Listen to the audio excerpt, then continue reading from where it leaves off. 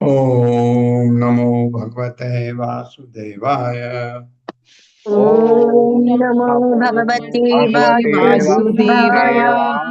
ओम नमो भगवते वासुदेवाय। ओम नमो भगवते वासुदेवाय। ओम नमो भगवते वासुदेवाय। ओम नमो भगवते वासुदेवाय। नारायणं नमस्कृत्य नारायणं नमस्कृत्य नरं चैव नरोत्तमम् नरं चैव नरोत्तमं देवीं सरस्वतीं व्यासं देवीं सरस्वतीं व्यासं ततो जयमुदीरये। ततो जयमुदीरये। नष्टप्रायेषु अभद्रेषु नष्टप्रायेषु भद्रेषु नित्यं भागवत सेवया नित्यं भगवति सेवया भगवते उत्तमा श्लोके भगवति उत्तमा श्लोके भक्तिर्भवति नैष्ठकी। भक्तिर्भवति नैष्ठिकी। हरे कृष्ण। आप सबका स्वागत है। हरे कृष्णा प्रभु जी, हरे कृष्णा। हाँ, वेदों हरे की कृष्णा स्तुतियाँ। प्रभु जी, दंडवत प्रणाम। हरे कृष्ण। वेदों की स्तुतियाँ बहुत ही सुंदर, बहुत अच्छी लग रही हैं। कैसे स्तुति भगवान की, और इतना ज्ञान हमको मिल रहा है, तो इसका आनंद लीजिए। एक एक लाइन पर ध्यान रखिएगा। जरा सा भी इधर उधर आप विचले तो आपसे मिस हो जाएगा। उदरम उपासते ऋषि वर्तमसु पूर्वदृशः परिसर पद्धतिम हृदयम आरुणयो दहरम तद उद्गाद अनंत तव धाम शिरः परम पुनः इव यत समेत्य न पतन्ति कृत अंत मुखे। मेरे साथ। उदरम उपासते य ऋषि वर्तमसु कृप कृप कृपदृशः उदरं पाचते या ऋषि पद्मषु कूपदृशः कूर्पदृशः कूर्पदृशः परिसर पद्धतिम हृदयम आरुणयो दहरम परिसर हृदयम् आरुणयोदहरम् तत उद्गाद अनंत तव धाम शिरः परम तद तत्र उद्गादनन्त उद्गादनन्त तव तव धाम धाम शिरः शिरः परम् परम् पुनः एव यत समेत न पतन्ति कृत अंत मुखे। पुनरेवाय समेत न न पतन्ति पतन्ति कृतान्तमुखे। कृतान्तमुखे। उधर बड़ा अच्छा ज्ञान आपको मिल रहा है। हालांकि ये हमारी पद्धति नहीं है, लेकिन ऋषि मुनि क्या करते हैं भगवान को प्राप्त करने के लिए। उदरम पेट उपासते पूछते हैं, ये जो ऋषियों की वर्तमसु मानक विधियों के अनुसार पूर्व स्थूल दशा उनकी दृष्टि परिसर जिससे सारी प्राणिक शाखाएं नाड़ियां फूटती हैं, पद्धतिम शिरो बिंदु जो कपाल रंध्र हम कहते हैं, हृदय हृदय आरुणय आरुणी ऋषिगण। एक ऋषिगण आरुणी होते हैं जो इस पद्धति को हृदय से चलाते हैं, दूसरे होते हैं जो उदर से चलाते हैं। दहरम सूक्ष्म तथा तब से उद्गात आत्मा ऊपर उठता है।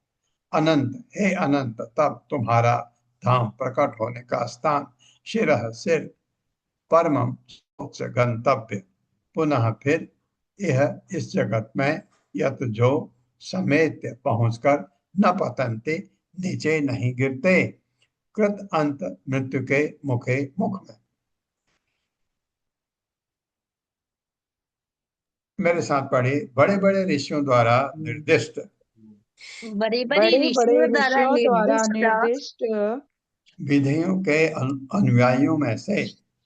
विधियों के अनुयायियों में से हाँ, ऋषियों के भी अनेक अनेक विधियां हैं भगवत धाम जाने की, जिनकी दृष्टि कुछ कम परिष्कृत होती है, जिनकी जिनकी दृष्टि कुछ दृष्टि कम कुछ कम परिष्कृत परिष्कृत होती है, होती है, वे ब्रह्म को वे वे ब्रह्म ब्रह्म को को उधर क्षेत्र में उपस्थित मानकर पूजा करते हैं। उधर उधर क्षेत्र क्षेत्र में में उपस्थित उपस्थित मानकर मानकर पूजा पूजा करते करते हैं। हैं। हाँ, ऐसे भी ऋषि हैं जो उधर में भगवान को, ब्रह्म को मानते हुए पूजा करते हैं, फिर उसको उठाते हैं ऊपर को। किंतु आरुणि गण, किंतु किंतु आरुणि आरुणि गण गण आरुणि गण एक समूह है ऋषियों का, जो उसे हृदय में उपस्थित मानकर पूजा करते हैं। उसे हृदय में उसे उपस्थित मानकर हृदय में पूजा करते हैं। पूजा करते हाँ, हैं। जो सूक्ष्म केंद्र है, जो जो सूक्ष्म सूक्ष्म केंद्र केंद्र है, है, जहाँ से सारी प्राणिक शाखाएं, नाड़ियां निकलती हैं, जहाँ से जहाँ सारी से प्राणिक सारी शाखाएं यानी प्राणियां नाड़ियां शाखाएं नाड़ियां निकलती है। निकलती हैं। हे अनंत, हे हे अनंत, अनंत, ये पूजक अपनी चेतना को हे हे पूजक पूजक अपनी अपनी चेतना चेतना को को वहां से उठाकर वहां वहां से से ऊपर ऊपर उठाकर उठाकर सिर की चोटी तक ले जाते हैं, सिर सिर की की चोटी चोटी तक तक ले ले जाते हैं, जाते हैं, जहां वे आपको प्रत्यक्ष देख सकते हैं। जहाँ जहाँ वे वे आपको आपको प्रत्यक्ष प्रत्यक्ष देख देख सकते सकते हैं। हैं। तत्पश्चात सिर की चोटी से तत्पश्चात तत्पश्चात सिर सिर की की चोटी चोटी से से चरम गंतव्य की ओर बढ़ते हुए चरम चरम गंतव्य गंतव्य की की ओर ओर बढ़ते बढ़ते हुए हुए वे उस स्थान पर पहुंच जाते हैं, वे वे उस उस स्थान पर स्थान पर पहुंच पहुंच जाते जाते हैं, हैं, जहां से वे पुनः इस जगत में, जहाँ जहाँ से से वे वे पुनः पुनः इस इस जगत जगत में, में, जो मृत्यु के मुख्य स्वरूप है, जो जो मृत्यु के मृत्यु के मुख्य मुख्य स्वरूप है, स्वरूप है, नहीं गिरेंगे। नहीं नहीं गिरेंगे। गिरेंगे। हाँ, ये वेद कह रहे हैं भगवान से। ये दो टाइप के जो ऋषि हैं, एक तो पेट में ब्रह्म को मान करके उठाते हैं, दूसरे हृदय में। हृदय वाले वो कह रहे हैं ज्यादा ज्ञानी हैं, उनको समझ ज्यादा है।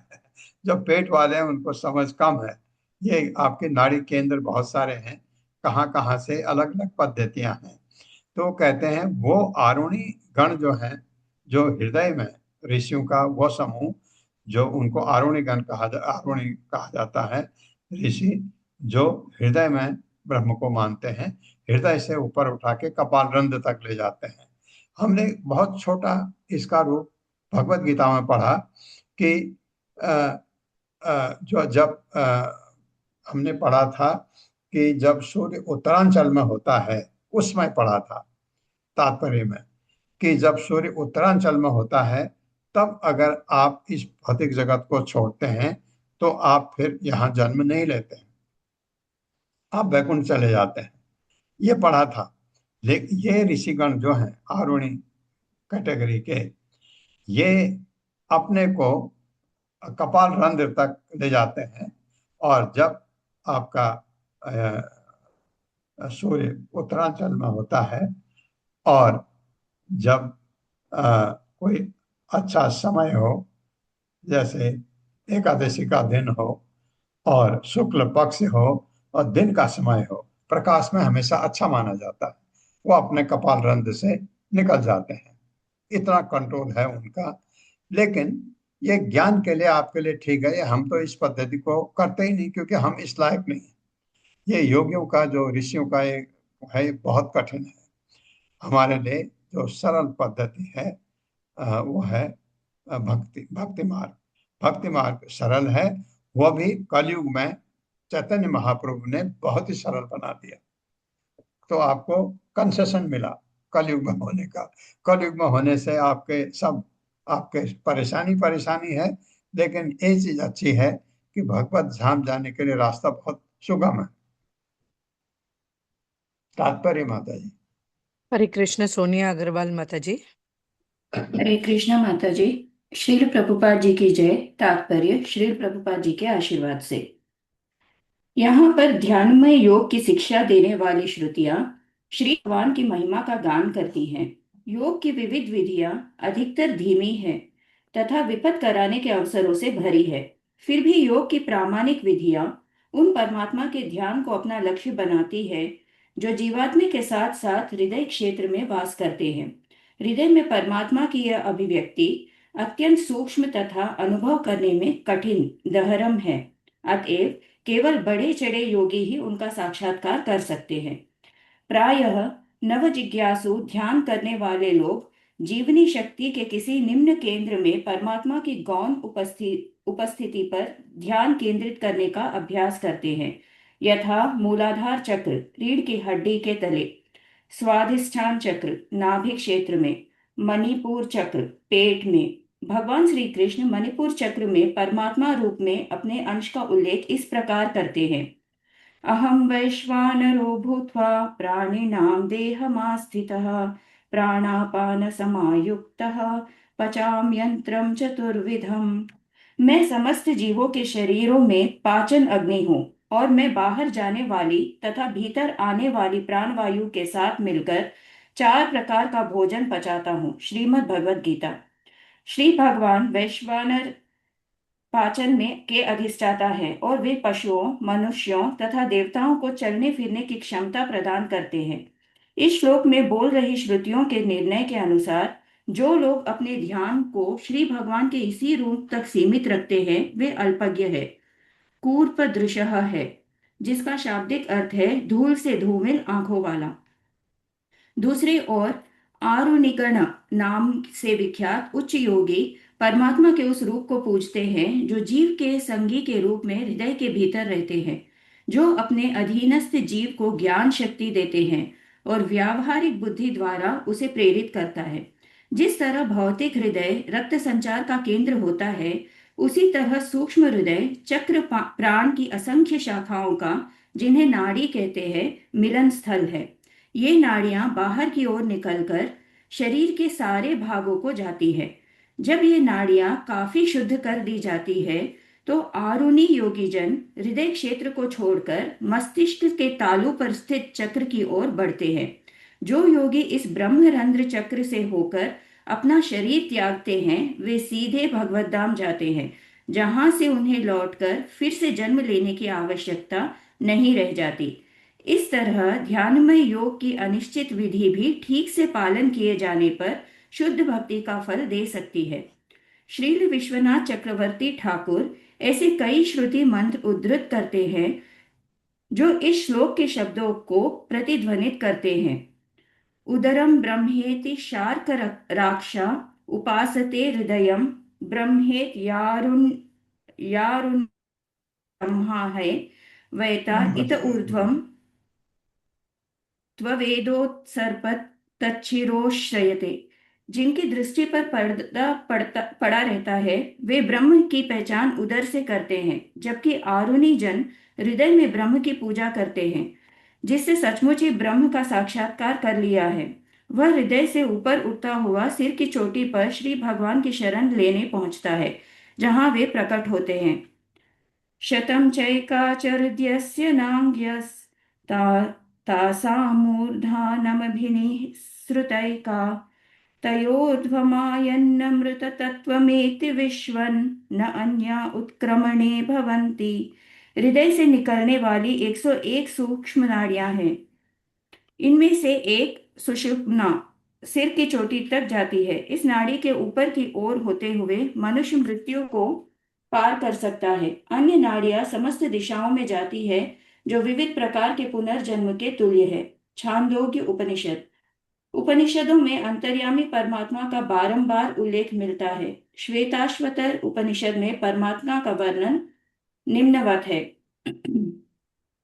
महान प्राभुर्वै पुरुषः सत्त्वस्यैष प्रवर्तकः सुनिर्मलाम् इमां प्राप्तिम् ईशानो ज्योतिरव्ययः अंगुष्ठमात्र पुरुषो अंतरात्मा सदा जनानां हृदये सन्निविष्टः हृदा मनीषा मनसाभिक्लप्तो य एतद् विदुरमृतास्ते भवन्ति। इस ब्रह्मांड का विस्तार करने के लिए पूर्ण पुरुषोत्तम भगवान पुरुष बनते हैं। वे योगियों के शुद्ध पूर्ण गंतव्य है, जो तेजवान तथा अच्युत परम नियंता है। एक अंगूठे की माप वाले ये पुरुष समस्त जीवों के हृदय में परमात्मा रूप में सदैव उपस्थित रहते हैं। बुद्धि का उचित प्रयोग करके मनुष्य उनका साक्षात्कार हृदय के भीतर कर सकता है। जो यह विधि सीख लेते हैं उन्हें अमरता प्राप्त होती है। अंत में श्रीधर स्वामी प्रार्थना करते हैं, उदरादिषु यः पुंसः चिन्तितो मुनिवर्त्मभिः हन्ति मृत्युभयं देवो हृदगतं तमुपास्महे। आओ हम उन श्री भगवान की पूजा करें जो हृदय में वास करते हैं। जब मर्त्य प्राणी महर्षियों द्वारा स्थापित मानक विधियों से उदर में तथा शरीर के अन्य भागों में उनके अंशों के रूप में उनका ध्यान करते हैं तो श्री भगवान मृत्यु के भय को विनष्ट करते हुए प्रत्युत्तर देते हैं। हरे कृष्ण प्रभु जी। हरे कृष्ण। धन्यवाद माता जी, बहुत धन्यवाद है आपका। एक चीज यहाँ जो कहा है, आपको कंफ्यूजन मिटाना चाह रहा हूँ कि ये दिया था जो परमात्मा एक अंगूठे के बराबर है, दिया था ना कहीं। एक अणु, ये यहाँ पर मेरे सामने है। ये इस ब्रह्मांड का विस्तार करने के लिए पूर्ण पुरुषोत्तम भगवान पुरुष बनते हैं। वे योगों के शुद्ध पूर्ण गंतव्य हैं जो तेजवान तथा अच्युत परम नियंता हैं। एक अंगूठे की माप वाले ये पुरुष समस्त जीवों के हृदय में परमात्मा रूप में सदैव उपस्थित रहते हैं। क्या पढ़ा था हमने? ये भागवतम में ही पढ़ा था कि अंगूठे का यहाँ मतलब अंगूठा नहीं है, ये आपके जो तर्जनी है, छोटी उंगली, इससे आप ऊपर उठाइए अंगूठे तक, ये आकार है परमात्मा का अंदर। ये पढ़ा था ना हमने। तो ये अंगूठे से मतलब वही है, अंगूठे से नीचे से अंगूठे तक का, क्योंकि वही जो पहले आया है वही है। यहाँ कहने का मतलब पूरा नहीं लिखा है, लेकिन कहने का मतलब यही, कहीं एक्सप्लेनेशन नहीं है, लेकिन मैं ऐसा मानता हूँ। क्योंकि आपको बताया था कि ऐसा करो, हाथ को आप अंगूठा ऊपर करो और तर्जनी जो छोटी अंगूठी जो अंगुली है उसको नीचे करो। इतना जितना आकार जगह है वो उतना साइज होता है परमात्मा का। किसमें? आप में साइज, आप लंबे हैं, आपका हाथ बड़ा है, आप में परमात्मा का साइज बड़ा। छोटा बच्चा है, उसका हाथ छोटा है, उसके आप तर्जनी अंगूठे के बीच की दूरी वो छोटा, उस परमात्मा का साइज छोटा। परमात्मा आदमी बढ़ता है, परमात्मा का साइज भी बढ़ेगा। ये और इसी तरह से ये हमने पढ़ा था पहले। तो यहाँ पर अंगूठे से मतलब ये होना चाहिए, मैं ये समझता हूँ। हर्षा माता जी, आपके पास कुछ है? जी नहीं प्रभु जी, सेम टू सेम है। सेम है ना? जी आ, प्रभु जी। आ, आ, राय विनोद विनोदिनी माता जी। हरे कृष्ण प्रभु जी। धन्यवाद प्रणाम प्रभु जी। यहाँ पर तो प्रभुपाद ने बहुत सुंदर समझाया है। तो जैसा कि प्रभुपाद हर जगह ही योगियों और निर्विशेषवादियों से ऊपर भक्ति योग को और भक्तों को ऊपर समझाते हैं। हाँ तो बिल्कुल। जी, तो यहाँ पे प्रभुपाद जी समझाते हैं कि जो योगी जन और जो भगवान के ध्यान में उनको पूछते हैं और ज्ञानी लोग जो है वो ज्ञान और ध्यान से भले ही ऊपर जाएं, पर जो वैष्णव है वो किस तरह से भगवान को अपने मन में और अपने शरीर में बसाता है उसका प्रभुपाद बहुत सुंदर वर्णन करते हैं। प्रभुपाद जी लिखते हैं, एक वैष्णव के शरीर पर मुद्रित तिलक के 13 निम्न प्रकार के प्रसिद्ध मंदिर बनते हैं। तो इसमें प्रभुपाद प्रभु जी पूरा लिख रहे हैं जो हम 13 स्थानों पर तिलक लगाते हैं। तो एक बार उनको पढ़ती हूँ। तो भाल पर भगवान केशव, उदर पर भगवान नारायण, वक्ष पर भगवान माधव, दोनों हंसली के मध्य कंठ पर भगवान गोविंद, कटी के दाहिने भाग पर भगवान विष्णु, दाहिनी भुजा पर भगवान मधुसूदन, हंसुली की हड्डी के दाहिने भाग पर भगवान त्रिविक्रम, और इसी के समान कटी के बाईं ओर भगवान वामन, बाई भुजा पर भगवान श्रीधर, बाईं ओर यानी स्कंद पर भगवान ऋषिकेश, ऊपरी पृष्ठ भाग पर भगवान पद्मनाभ, निम्न पृष्ठ भाग पर भगवान दामोदर और सिर के ऊपर वासुदेव का मंदिर बनाते हैं। तो प्रभुपाद जी ने पूरा समझा दिया है कि वैष्णव किस तरह से भगवान को अपने शरीर के अंगों में देखते हैं, वो किस प्रकार ज्ञानियों और योगियों से भिन्न है। एक और पॉइंट बहुत अच्छा आता है प्रभु जी यहाँ पर। प्रभुपाद जी समझा रहे हैं वे व्यक्ति जो यह विश्वास नहीं कर सकते कि समान सफलता के कारण भगवान की उपासना श्री मूर्ति अथवा अर्चा रूप में की जा सकती है, अथवा जो इस रूप पर मन एकाग्र नहीं कर सकते, वे भगवान के विश्व रूप की उपासना करते हैं। तो यहाँ पर प्रभुपाद जी दूसरा कैटेगरी समझाते हैं कि जो लोग विश्व रूप की उपासना करते हैं वो भगवान को कैसे देखते हैं, वो समझते हैं यहाँ से। ब्रह्मांड का निम्नवर्ती भाग भगवान के विश्व रूप के पांव, ब्रह्मांड का मध्यवर्ती भाग भगवान की नाभि अर्थात उदर माना जाता है। उच्चवर्ती ग्रह मंडल जैसे कि जनलोक, महरलोक आदि भगवान के हृदय है, और सबसे ऊपर स्थित ब्रह्मलोक भगवान का मस्तक माना जाता है। तो प्रभु जी ये 2 पॉइंट्स मुझे लगा कि बहुत बहुत धन्यवाद, बहुत सुंदर, बहुत सुंदर। और ये मैं भी कहना चाहता था, आप देखते हैं कितना कठिन है आप एकाग्र करें अपने मन को हृदय में ब्रह्म को लेकर के, फिर सारा भौतिक जगत त्याग के आप उस ब्रह्म को ऊपर उठाते हैं, ऊपर उठाते हैं। वो आपके नीचे कंठ तक आता है, कंठ से फिर ऊपर ले जाते हैं, दोनों भौं के बीच तक रहता, वहां पर रखते हैं बहुत लंबे टाइम तक। और उसके बाद जब आपको लगता है अब समय आ रहा है अच्छा, तो योगी जन, ये योगी कितने महान हैं, कितनी कठिन तपस्या है ये कलयुग के हम जैसे लोगों के लिए बिल्कुल नहीं है, बहुत कठिन है। तो लेकिन ज्ञान तो आपको चाहिए कि ऐसा भी होता है, ऐसे भी कर सकते हैं। इतने करोड़ों लोगों में से एक आध कोई योगी ऐसा निकल भी सकता है जो ऐसी तपस्या करे, सीधा अपने को भगवत धाम ले जा सकता है। और लेकिन हमारे लिए कलयुग में हम जैसे मंद बुद्धि वाले लोगों के लिए तो चैतन्य महाप्रभु ने कहा हरि नाम जपो, कलयुग में इतना काफी है। और मेरे ख्याल से 11वें स्कंद में आएगा चैतन्य, या 10वें या 11वें में, 10वें में भी कहीं आया हो, सुखदेव गोस्वामी ने परीक्षित महाराज को कहा कि ये हम उदाहरण सब जगह में देता था, क्योंकि तब हम ये स्कंद में पहुंचे नहीं थे कि ये कलयुग इतना खराब है, कलह का, यहाँ कितनी आपने प्रताड़नाएं सहनी पड़ती हैं। फिर भी एक चीज यहाँ बहुत अच्छी है कि हरिनाम जपने से आदमी वैकुंठ जा सकता है। ये बहुत सारे लोग मानते हैं, अच्छा इतना इजी है? बिल्कुल इजी है। हरे कृष्ण महामंत्र का जप करके आप भगवत धाम जा सकते हैं। ये कलयुग में ये छूट है। लेकिन ऐसा नहीं कि आप हरिनाम जपें और वैकुंठ चले जाएं। तो फिर जो प्रभुपाद ने बताया है वो तरीका है, 4 पाप कर्म नहीं करने हैं, भगवान को भोग लगा के खाना है, मतलब भगवान का कृष्ण प्रसाद ही आपको लेना है, तो आपकी शुद्धि होती है उससे।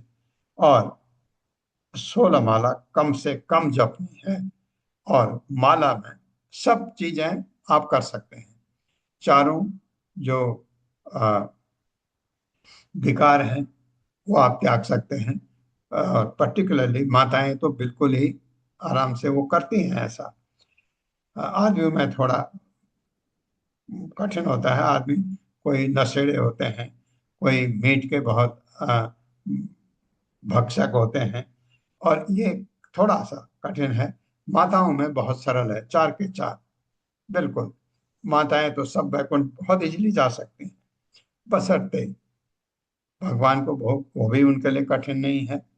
16 माला जपना भी उनके लिए कठिन नहीं है। एक चीज कठिन है कि माला जपने में अपराध न हो। तो क्या माला न जपें? अवश्य जपिए, धीरे धीरे सुधार करिए कि आपका मन माला में ही रहे। बस जब आप ये कर लिए, आपको गारंटेड है कि प्रभुपाद झूठ नहीं बोलेंगे। प्रभुपाद भगवान के इतने महान भक्त थे उन्होंने कहा ऐसा करो, मैं तुमको बैकुंठ ले जाऊंगा बैकडोर से। प्रभुपाद कह के गए, तो झूठ नहीं हो सकता। भगवान का इतना महान भक्त कभी गलत नहीं हो सकता, इसलिए ये चांस आपके लिए जबरदस्त है।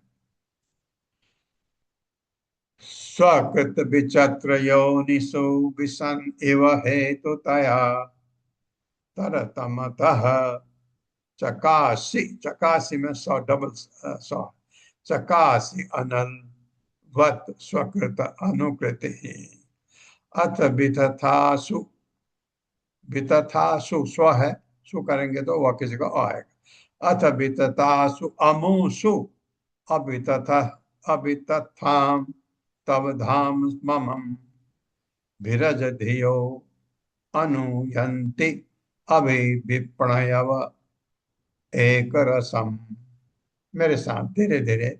स्वकृत विचित्र योनिषु विशन इव हेतुतया, स्वकृत्य विचित्र विचित्रयेषु अयोनिषु विसन्निवहेतुतया तरतमः चकासि अनल वत् स्वकृत स्वकृत अनुकृति। तरतमकाशी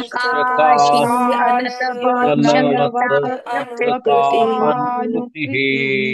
हाँ, जो पढ़ सकते हैं नीचे शब्दार्थ मत देखिए, जो पढ़ सकते हैं। जो नहीं पढ़ सकते हैं शब्दार्थ का यूज करिए पढ़ने में। मैं कोशिश करता हूँ शब्दार्थ न पढ़ूं। आप लोगों में से 2-3 लोग हैं जो शब्दार्थ को नहीं देखते, ऊपर से पढ़ते हैं। अत वितथासु अमुसु अवितथाम तव धाम समम। अथ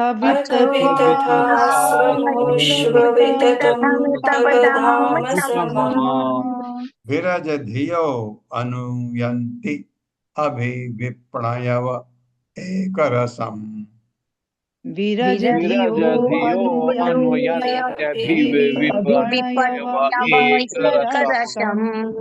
स्व अपने द्वारा कृत बनाए हुआ विचित्र विविध योनियों में विषण प्रवेश करते हुए एवं सदृश हेतुतया कारण स्वरूप तरतमतः तरतमतः कोटियों के अनुसार चकासी दृश्य बनते हो, अनलवत आग की तरह स्व अपनी कृत सृष्टि अनुकृति अनुकरण करते हुए। अत इसलिए वितथासु नकली अमुसु इन योनियों में से अभितथम नकली नहीं, तब तुम्हारा धाम प्राकट्य समम अभिन्न विरज निर्मल धियः जिनके मन अनुयंती समझते हैं, अभिविप्रणयः सारे भौतिक बंधुपण से मुक्त है, जो एक रसम अपरिवर्तित। मेरे साथ पढ़िए। आपने जीवों की अपने जीवों की जो विविध योनियां उत्पन्न की हैं, जो विविध विविध योनियां उत्पन्न की है, हाँ 84 लाख है ना, उनमें प्रवेश करके प्रवेश करके उनकी उच्च तथा निम्न अवस्थाओं के अनुसार उनकी उच्च तथा निम्न अवस्थाओं के अनुसार आप अपने को प्रकट करते हैं। आप अपने को प्रकट करते हैं। हाँ, क्योंकि आप उनको बुद्धि देते हैं। ये सब जो कर्म करने की देते हैं, वो उनके अनुसार कौन सी योनि में है उसको अलग अलग। मनुष्य योनि में भगवान अलग चीज से कहते हैं, एक पशु योनि में अलग, ये समझ आता है। और उन्हें कर्म करने के लिए प्रेरित करते हैं।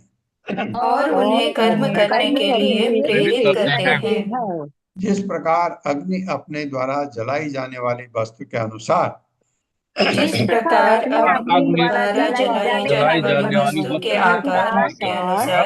अपने को विविध रूपों में प्रकट करती है। हाँ, एक जैसे एक लकड़ी एकदम जल जाएगी, एक को टाइम लगेगा जलने में, अलग अलग। तो अग्नि प्रकट होती है, कोई देर तक रहती है, कोई जल्दी बुझ जाती है, अलग अलग है ना। उसी तरह से उस अग्नि की तरह आप हैं जीवों में। अतएव जो लोग भौतिक आसक्तियों से सर्वथा मुक्त हैं, अतएव अतएव जो जो लोग लोग भौतिक भौतिक आसक्तियों आसक्ति से से सर्वदा सर्वथा मुक्त मुक्त हैं, हैं, ऐसे निर्मल बुद्धि वाले लोग ऐसे ऐसे निर्मल निर्मल बुद्धि बुद्धि निर्मल वाले वाले बुद्धि लोग वाले लोग लोग आपके अभिन्न तथा आपके आपके अभिन्न तथा अभिन्न अभिन्न तथा तथा अपरिवर्तनशील आत्मा को अपरिवर्तनशील आत्मा अपरिवर्तनशील को आत्मा को इन तमाम अस्थायी योनियों में इन इन तमाम तमाम अस्थायी तमाम अस्थायी योनियों योनियों में में स्थायी सत्य के रूप में साक्षात्कार करते हैं। स्थायी स्थायी सत्य सत्य के के रूप रूप में में साक्षात्कार साक्षात्कार करते करते हैं। हैं। हाँ, यानी आपका जो शुद्ध भक्त है, जो ये मानता है कि ऐसे निर्मल बुद्धि वाले लोग भगवान का भक्त ही हो सकता है, अभिन्न तथा अपरिवर्तनशील आत्मा को इन तमाम अस्थायी योनियों में, इतनी योनियां हैं, स्थायी सत्य के रूप में साक्षात्कार करते हैं। बहुत सुंदर तात्पर्य माता जी। हरे कृष्ण। शकुंतला पवार माता जी। हरे कृष्ण। शकुंतला पवार माता जी। हरे कृष्ण। ललिता माता जी। हरे कृष्ण माता जी। श्रील प्रभुपाद जी की जय। साक्षात वेदों की इन स्थितियों को, जिनमें श्रुतियां परमात्मा को असंख्य प्रकार से भौतिक शरीरों में प्रवेश करते हुए बताती हैं, सुनकर आलोचक यह प्रश्न उठा सकता है कि ब्रह्म सीमित हुए बिना ऐसा कैसे कर सकते हैं। निसंदेह अद्वैत दर्शन का समर्थक परमात्मा तथा उनकी सृष्टि में कोई महत्वपूर्ण अंतर नहीं देखता। निर्विशेष विचारधारा के अनुसार ब्रह्म माया के जाल में बुरी तरह फंसकर पहले साकार ईश्वर बना और तब वह देवता, मनुष्य, पशु, पौधे तथा अंत में पदार्थ बना।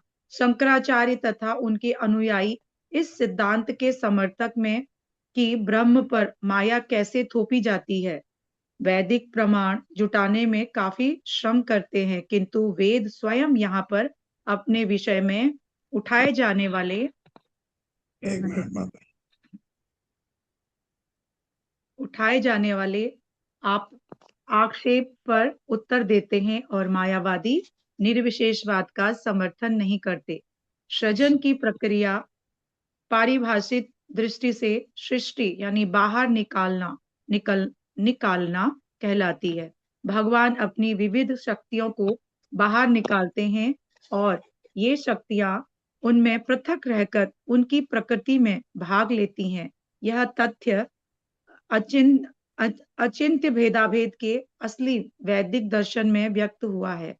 इस तरह यद्यपि असंख्य व्यष्टि जीवों में हर एक की पृथक पहचान यानी सत्ता है, किंतु हर जीव उसी आध्यात्मिक वस्तु से बना होता है जिससे ब्रह्म बना है। चूंकि सारे जीव भगवान के आध्यात्मिक सार में सम्मिलित है, अतएव वे अजन्मा तथा नित्य है, जिस तरह ब्रह्म है। भगवान कृष्ण ने कुरुक्षेत्र के युद्ध स्थल में अर्जुन से कहते हुए इसकी पुष्टि की है, न त्वेवाहं जातु नासन् न त्वं नेमे जनाधिपाः न चैव न भविष्यामः सर्वे वयमतः परम्। ऐसा कोई काल नहीं था और जब मैं नहीं था या तुम नहीं थे, अथवा ये सारे राजा नहीं थे, न ही भविष्य में हम में से कोई भी नहीं रहेगा। भगवत गीता 2.12। भौतिक सृष्टि उन जीवों के लिए विशेष आयोजन है जो भगवान की सेवा से अपने को पृथक करना चाहते हैं। इस तरह सृष्टि का अर्थ है एक नकली जगत की उत्पत्ति जहां ऐसे जीव अपने को स्वतंत्र मान सके। भौतिक जीवन की नाना योनियां उत्पन्न करने के बाद भगवान प्रत्येक जीव को बुद्धि तथा प्रेरणा जिसकी उसे अपने दैनिक जीवन में आवश्यकता पड़ती है प्रदान करने के लिए अपनी ही सृष्टि में परमात्मा के रूप में विस्तारित होते हैं। जैसा कि 33 उपनिषद 2.6.2 में कहा गया है, तत्सृष्टा तद एवानुप्राविशत्। इस जगत को उत्पन्न करने के बाद वे इसमें प्रविष्ट हो गए, किंतु भगवान इस भौतिक जगत में इसमें किसी प्रकार का संबंध रखे बिना प्रवेश करते हैं। इसे ही श्रुतियां यहाँ पर विसंवद पद केवल प्रविष्ट प्रतीत होते हुए द्वारा घोषित करती हैं। तरतमश्चकास्मिस का अर्थ है कि परमात्मा महान देवता ब्रह्मा से लेकर एक शूद्र कीटाणु तक हर जीव के शरीर में प्रवेश करते हैं और प्रत्येक जीव के प्रबुद्ध होने की क्षमता के अनुसार विभिन्न मात्राओं में अपनी शक्ति दर्शाते हैं। अनलवत स्वकृतानुकृति है, जिस तरह से विभिन्न वस्तुओं में लगाई गई अग्नि उस वस्तुओं के आकार के अनुसार जलती है, उसी प्रकार परमात्मा सभी जीवों के शरीरों में प्रवेश करके उनकी क्षमता के अनुसार ही प्रत्येक बद्ध जीव को प्रकाश प्रदान करता है। सृष्टि तथा संहार के बीच भी समस्त जीवों का स्वामी नित्य अपरिवर्तित है, जैसा कि एकरसम शब्द में द्योतन हुआ है। दूसरे शब्द में भगवान अपने अपरिमेय शुद्ध दिव्य आनंद वाले साकार स्वरूप को सदैव बनाए रखता है। वे विरले जीव को भौतिक व्यापारों से अर्थात पण इस तरह अविविपर्णव बनकर अपने को पूर्णतः विलग यानी अभितस रखते हैं। वे ही परमेश्वर को यथार्थ रूप से जान पाते हैं। हर बुद्धिमान व्यक्ति को इन्हीं परमात्माओं का अनुसरण करना चाहिए और महात्माओं का महात्माओं का अनुसरण करना चाहिए और उनसे यह याचना करनी चाहिए कि उन्हें भी भगवत भक्ति में लगा दें। श्रुतियों द्वारा की गई इस स्तुति का भाव श्वेतास्तर उपनिषद के निम्नलिखित मंत्र 6.11 से साम्य रखता है। एको देव सर्वभूतेषु गुणः सर्वव्यापी सर्वभूतांतरात्मा कर्माध्यक्षः सर्वभूतादिवासः साक्षी चेता केवलो निर्गुणश्च। एक परमेश्वर समस्त सृजित वस्तुओं के भीतर छिपा रहता है। वह समस्त पदार्थ के में व्याप्त है और सारे जीवों के हृदय के भीतर स्थित रहता है। अंतःवासी परमात्मा के रूप में वह उनके कार्यकलापों का निरीक्षण करता है। इस तरह स्वयं निर्गुण होते हुए भी वह अद्वितीय साक्षी है तथा चेतना देने वाले हैं। श्रीधर स्वामी अपनी प्रार्थना प्रत्युत करते हैं। स्वनिर्मिषितेषु कार्येषु तारतम्य विवर्जितम् सर्वानुयूत सन्मात्र भगवतं भजामहे। हम उन परमेश्वर की पूजा करें जो अपनी ही सृष्टि के पदार्थों में प्रवेश करते हैं, फिर भी उनकी उत्तम तथा निम्न भौतिक कोटियों से वे पृथक रहते हैं। वे शुद्ध विभेद रहित अस्तित्व वाले हैं और सर्वव्यापी हैं। हरे कृष्ण प्रभु जी, धन्यवाद। सब कुछ बिल्कुल स्पष्ट है कि जो भगवान के बारे में बताया गया कि सृष्टि करते हैं और प्रत्येक में भगवान अपने को प्रवेश करते हैं प्रत्येक में। लेकिन जितनी योनियां हैं उनको क्या क्या चाहिए उसको प्रदान करते हैं।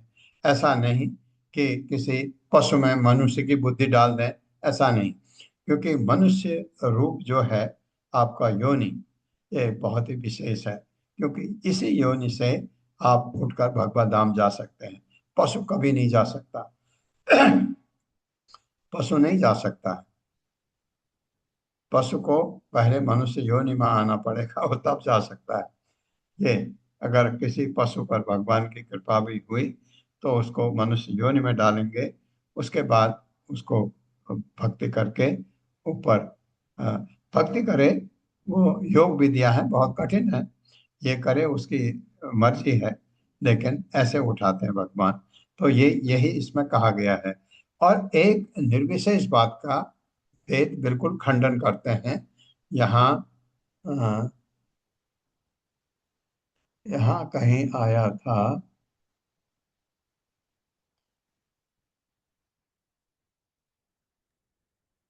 प्रभु जी ऊपर था, ब्रह्म के ऊपर माया कैसे, इसके ऊपर। इससे भी ऊपर है। प्रभु जी थोड़ा ऊपर करिए।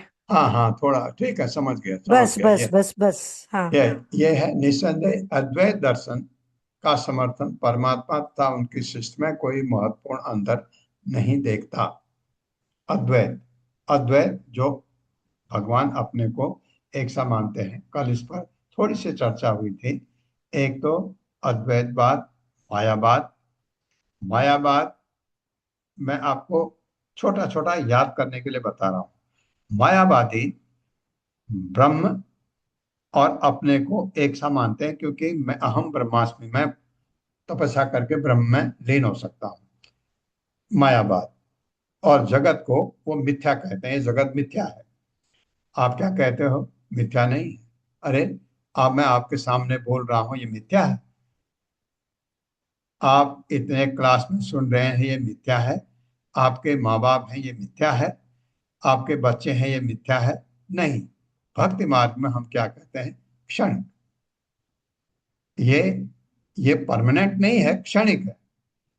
मैं, मेरे पिता, मेरे बच्चे, रिलेशन जो मेरा है क्षणिक है। मैं मरा, ये रिलेशन खत्म। मैं फिर अपने कर्म के हिसाब से दूसरे शरीर में गया।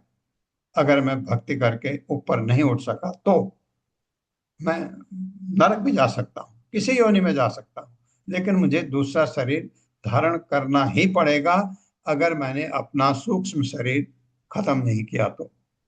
का मतलब मेरी इच्छाएं समाप्त है। मेरे कोई कर्म जो है, मैंने तपस्या की, भगवान की भक्ति की और अपने सारे कर्म मिटा दिए उनके। ये कर सकते हो आप, तो भगवत धाम जा सकते हो। लेकिन ये जो है, ये जो निर्विशेषवाद है, ये सॉरी मायावाद की बात कर रहा था मैं। ब्रह्मवाद, ब्रह्म में लीन होने वाले को ये ब्रह्मवाद आता है। मायावाद में एक चीज ऐड कर दो, वो कहते हैं जगत माया है।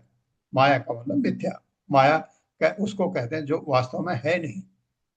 आपने कहा ना, ये मेरा घर है, ये है ही नहीं आपका घर, तो गलत कहा आपने, ये माया है। वो माया कहते हैं जगत मिथ्या है। ये हो गया मायावाद।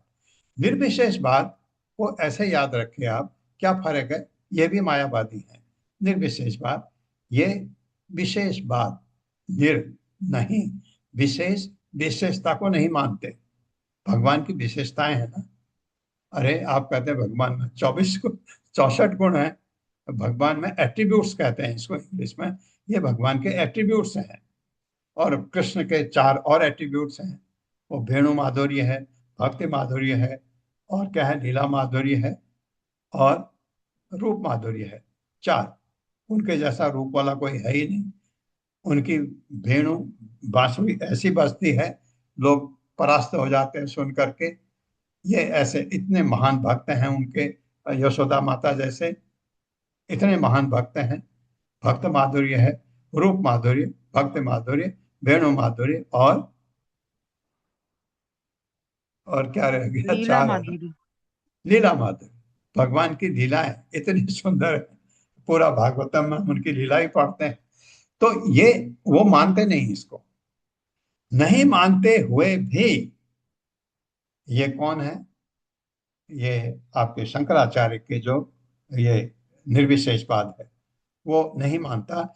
नहीं होते हुए भी, क्योंकि वो भागवतम नहीं पढ़ते, भगवत गीता नहीं पढ़ते, वो वेदांत सूत्र पढ़ते हैं खाली।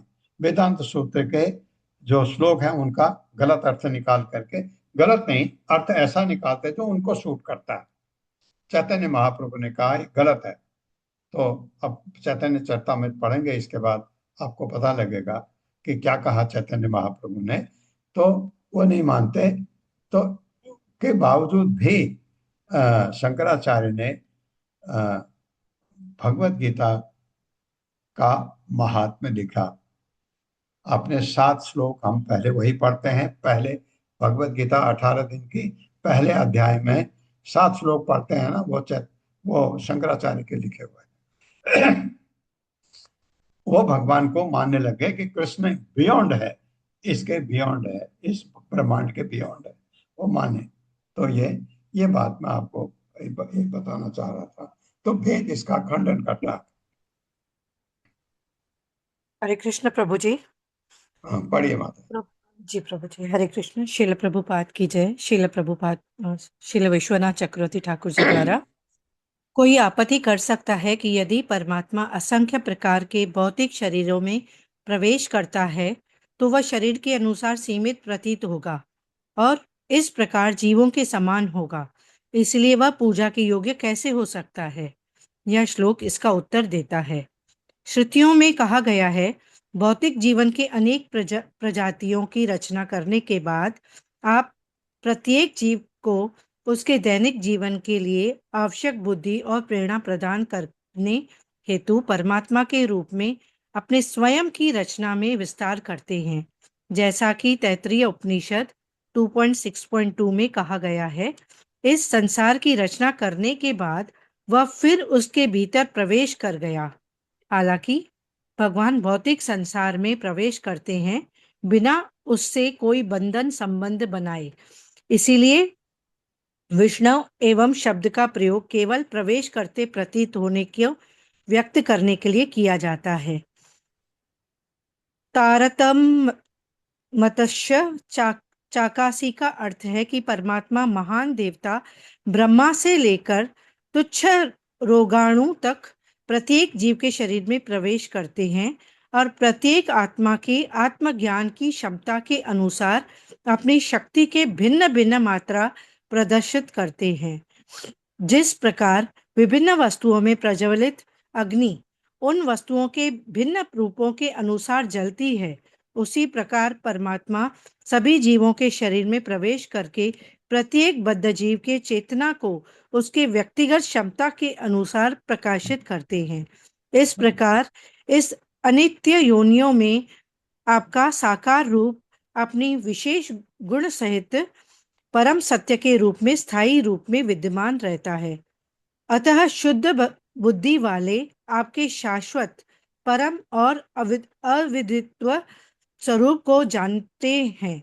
आपका साकार रूप शुद्ध आनंदमय आनंद का अपरिवर्तनीय साकार रूप है जो सभी अनित्य शरीरों में निवास करता है।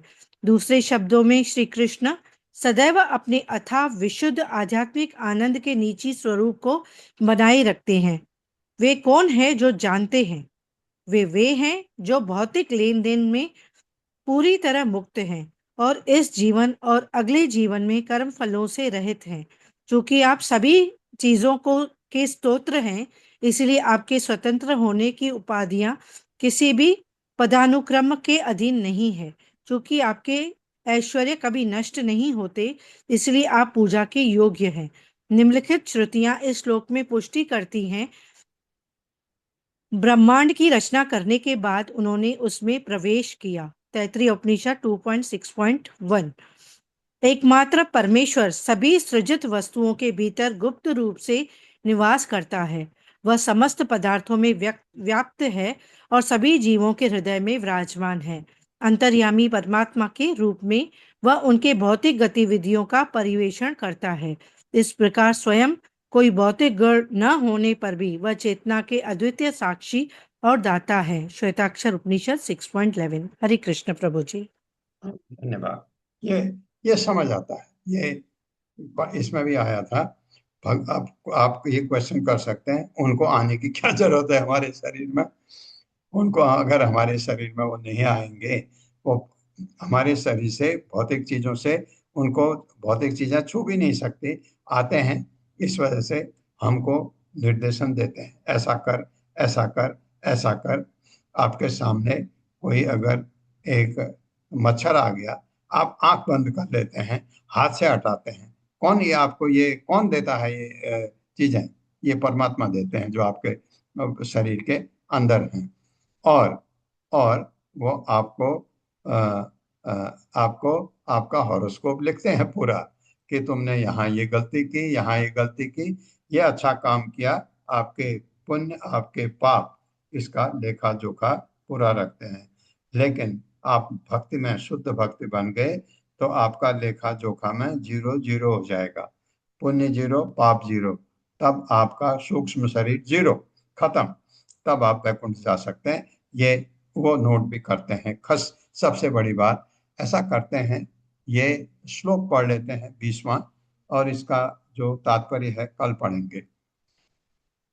स्वकृत पुरेषु अमीषु अमीषु अबहिः अंतर संवरणम तव पुरुषं वदन्ति अखिल शक्ति धृतो अंश कृतम् इति निर्गतिम विविच्य कवयो निगम अवपनम भवत उपासते अंघ्रिम अभवम भुवि विश्वसिता। मेरे साथ, स्वकृत पुरेषु अमीषु अमीषु अबहिः अंतर संवरणम स्वकृत पुरेष्वमीषु बहिरन्तरस्वरणम् संवरणम् तव पुरुषं वदन्ति अखिल शक्ति धृतो अंश कृतम् तव पुरुषं वदन्ति अखिल शक्ति कृतम् इति निर्गतिं विविच्य कवयो निगम अपवनम्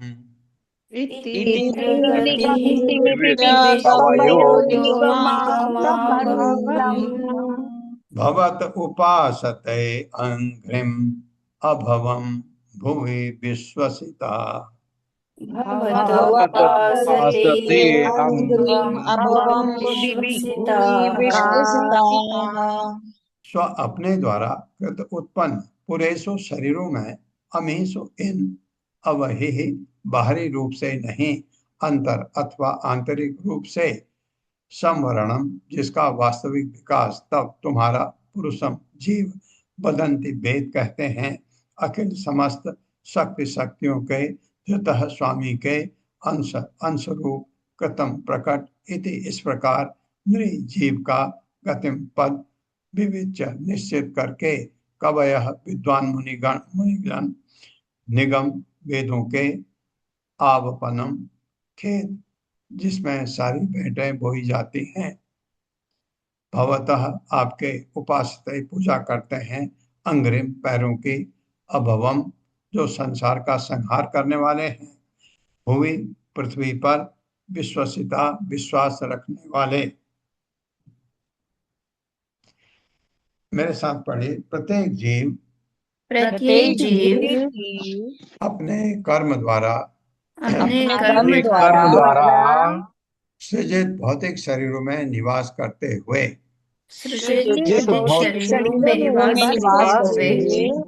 हाँ समझ आ रहा है। ये जीव कौन है? आपकी आत्मा। जीव का मतलब आत्मा से शरीरों में निवास करते हुए वास्तव में स्थूल तथा सूक्ष्म पदार्थों से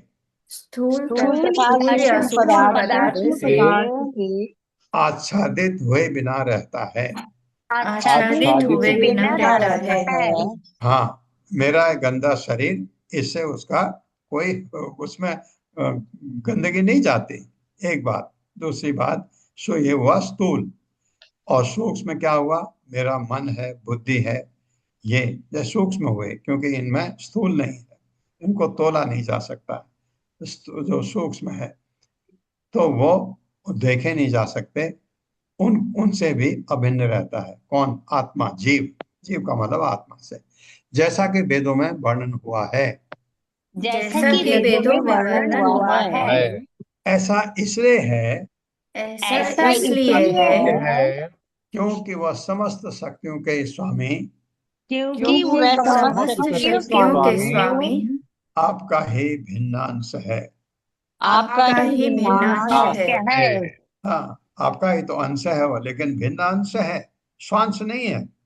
वो स्वांश तो परमात्मा हो गया, मतलब भगवान हो गया, वो स्वांश नहीं, भिन्नांश है। तो हम भगवान के भिन्नांश हैं। हम क्या, मेरा ये शरीर नहीं, ये गंदा शरीर तो यहीं का है। ये तो पृथ्वी, जल, वायु, अग्नि और ये मिट्टी, इससे बना हुआ, ये 5 पंचभूत से बना शरीर। ये नहीं, शरीर से जब कहते हैं ये आपका भिन्नांश है आत्मा की वजह से। तो खाली आत्मा को कहते हैं भिन्नांश नहीं, आत्मा जब शरीर में है, ये गजब का एक संयोग है, गजब का। आत्मा और शरीर, आत्मा के बगैर शरीर का कोई मतलब नहीं, शरीर का आत्मा के बगैर कोई मतलब नहीं, बहुत जबरदस्त है। जीव की ऐसी स्थिति को निश्चित करके, जीव जीव की की ऐसी ऐसी स्थिति स्थिति को को निश्चित करके ही विद्वान मुनिजन विद्वान मुनिजन मुनिजन श्रद्धा से पूरित होकर श्रद्धा से पूरित होकर आपके उन चरण कमलों की पूजा करते हैं आपके उन चरण कमलों की पूजा करते हैं जो मुक्त के स्रोत हैं। जो मुक्ति के स्रोत हैं। हाँ, पूजा कर, हम वही कर रहे हैं। भक्ति योग में तो यही होता है, भगवान के चरण कमलों की पूजा करना। वो जो ऋषियों वाला वो दो योगियों का काम, वो तो बहुत कठिन है, वो हमारे बस का नहीं है। और हमारे बस का है भी तो हमको कलयुग में भगवान चैतन्य महाप्रभु कह के गए, भक्ति करो। और जिन पर इस संसार की वैदिक भेंटें अर्पित की जाती हैं, और जिन पर इस संसार की सारी वैदिक भेंटें अर्पित की जाती हैं। हाँ, किन पर? भगवान के चरण कमलों पर। ठीक है, तो भाई ये तात्पर्य कल पढ़ेंगे। ओम अज्ञान तिम्रांधक्ष ज्ञानाजन शलाकया चक्षुरुन्मिलितमेन तस्मै श्री गुरवे नमः। नमो विष्णुपादाय कृष्णप्रस्थाय भूतले श्रीमते भक्ति वेदांत स्वामिनिति नामिने। नमस्ते सरस्वती देवे गौरवाणी प्रचारिणे निर्विषय शून्यवादी पाश्चात्य सतारिणे। जय हो श्री कृष्ण चैतन्य प्रभु नित्यानंद श्री अद्वैत गदाधर शिवासादि गौर भक्तवृंद। हरे कृष्णा कृष्ण कृष्णा हरे हरे, हरे राम राम राम हरे हरे। हाँ, राय विनोदिनी देवी दासी माता जी, बोलिए माता जी। हरे कृष्ण प्रभु जी, दंडवत प्रणाम प्रभु जी। प्रभु जी, यहाँ पर दो प्रश्न उठते हैं हाँ। जिनके उत्तर कृष्णा बुक में बहुत सुंदर प्रभुपाद जी ने समझाए हैं। पहला प्रश्न जो कि आपने बहुत अच्छे से डिस्कस करके समझाया कि निर्विशेषवादी और भक्त की विचारधाराएं क्या कहती हैं और वेद क्या कहते हैं, तो उसको उसकी एक दो लाइन में यहाँ से हम प्रश्न और उत्तर लेते हैं। तो प्रभुपाद जी यहाँ पर समझाते हैं कि यदि निर्विशेषवादी ये प्रश्न उठाएं कि भगवान तो परमात्मा रूप में हर एक के भीतर निवास कर रहे हैं, तो इस पे निर्विशेषवादियों का ये प्रश्न बन सकता है कि जब वे भी प्रवेश करते हैं, अर्थात उनमें और जीवात्मा में फिर अंतर क्या रह गया? जीवात्मा भी शरीर में प्रवेश कर रहा है, परमात्मा भी शरीर में प्रवेश कर रहा है, तो वो तो एक समान हो गए। तो हाँ। फिर उनकी फिलॉसफी को जो मानेंगे वो अपनी जगह ये प्रश्न को लेके सही कहेंगे।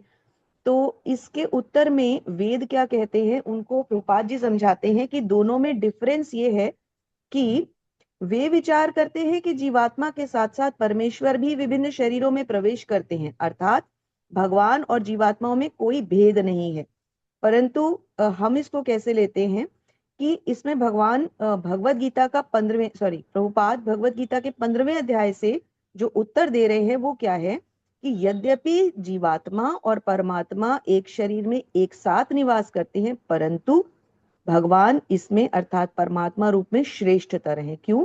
क्योंकि वे अंदर रहकर स्मृति और विस्मृति प्रदान कर रहे हैं, तो उनकी श्रेष्ठता सिद्ध हो जाती है। पहला प्रश्न तो प्रभु जी ये, और दूसरा प्रभु जी मेरा भी प्रश्न था, परंतु उसका उत्तर भी मुझे कृष्णा बुक में मिल गया। तो प्रभु जी, जब हमने इस श्लोक का फर्स्ट आंसर जो अनुवाद पढ़ा था उसमें आया था कि परमात्मा जो है वो अंगूठे के साइज के हैं, जो कि आपने समझाया था कि किस साइज के हैं।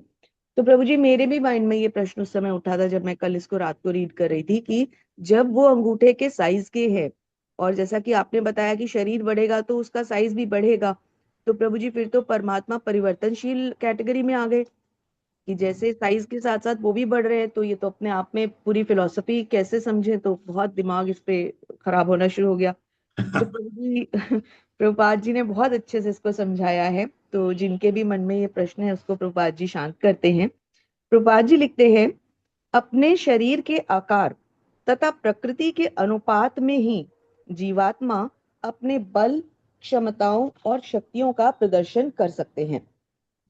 भगवान किसी भी रूप में अथवा आकार में बिना किसी परिवर्तन के अपनी पूर्ण शक्तियों का प्रदर्शन करते हैं। और इसके बाद इसका एक एग्जाम्पल प्रभुपाद समझाते हैं कि जीवात्मा एक शिशु के शरीर में, मैं छोटे में लेती हूँ क्योंकि लंबा है, तो प्रभुपाद जी ने समझाया है कि जैसे एक छोटा बच्चा होता है तो वो अपने पेरेंट्स के पास जब रहता है तो वो कोई ऐसी बड़ी शक्ति का प्रदर्शन नहीं कर सकता, क्योंकि नहीं बड़ी कर शक्ति के प्रदर्शन के लिए उसको बड़ा होना पड़ता है। परंतु श्री कृष्ण ने तो पूतना आदि राक्षसों का वध करके जो अपने शक्ति प्रदर्शन किए हैं, उससे हमें ये समझना चाहिए कि अतएव श्री भगवान की आध्यात्मिक शक्ति, मतलब वो जो शक्ति है जो परमात्मा रूप में अंगूठे के साइज में है, वो आध्यात्मिक शक्ति है। ऐसा जब तक हम नहीं समझेंगे तो हम उसे परिवर्तनशील मानेंगे। ये प्रभुपाद जी समझाते हैं। थैंक यू प्रभु जी। ठीक है, ठीक है।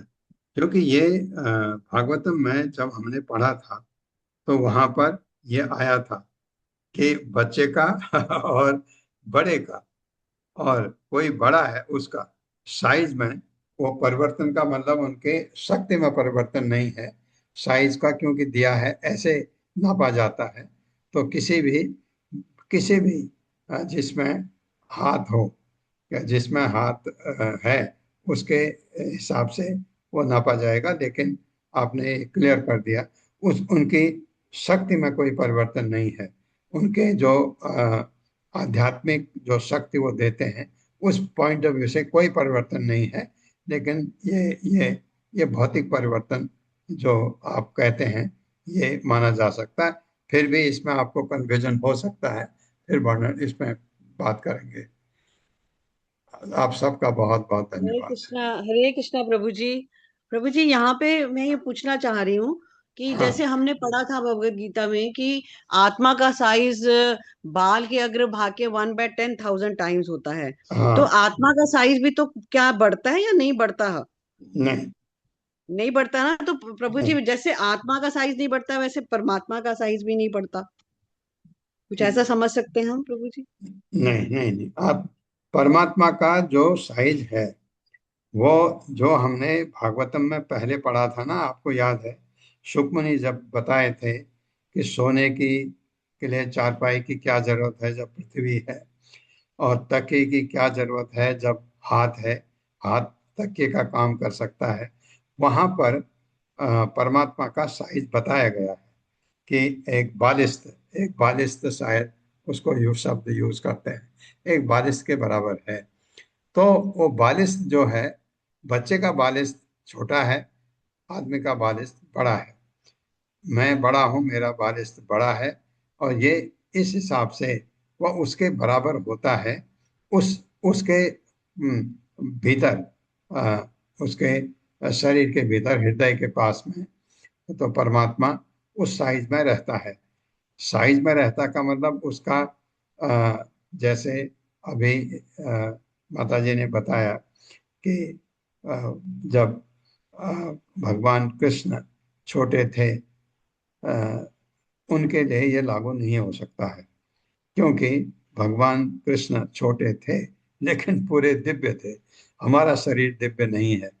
हमारे शरीर में दिव्य दो ही चीजें हैं, एक छोटा कण जो आत्मा है और दूसरा परमात्मा।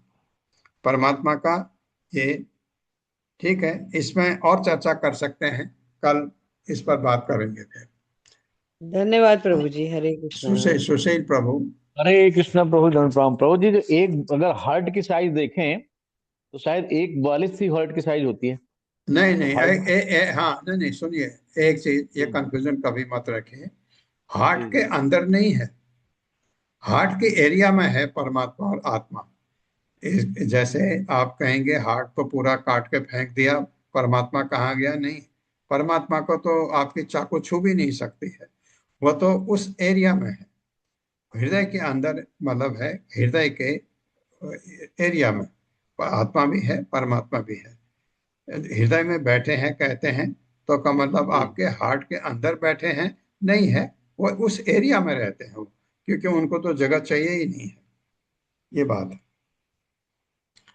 हमारा हार्ट छोटा है इसलिए वो छोटे हैं ऐसा नहीं है, उस एरिया में रहते हैं। जो करेक्ट आंसर है वो ये है, वो हृदय में रहने का मतलब हृदय के एरिया में रहते हैं, वो उसके एरिया में। जी प्रभु जी, एनर्जी रूप में रहते हैं, कोई हाँ, भौतिक रूप में तो है नहीं, एनर्जी रूप में रहते हैं। हरे कृष्ण। नहीं नहीं, साइज है तो साइज है तो वो आध्यात्मिक है, उनको भौतिक तो कह ही नहीं सकते, न परमात्मा को ना आत्मा को। हरे कृष्ण, आप सबका बहुत हरे बहुत कृष्ण। धन्यवाद। हरे कृष्णा हरे प्रभु जी।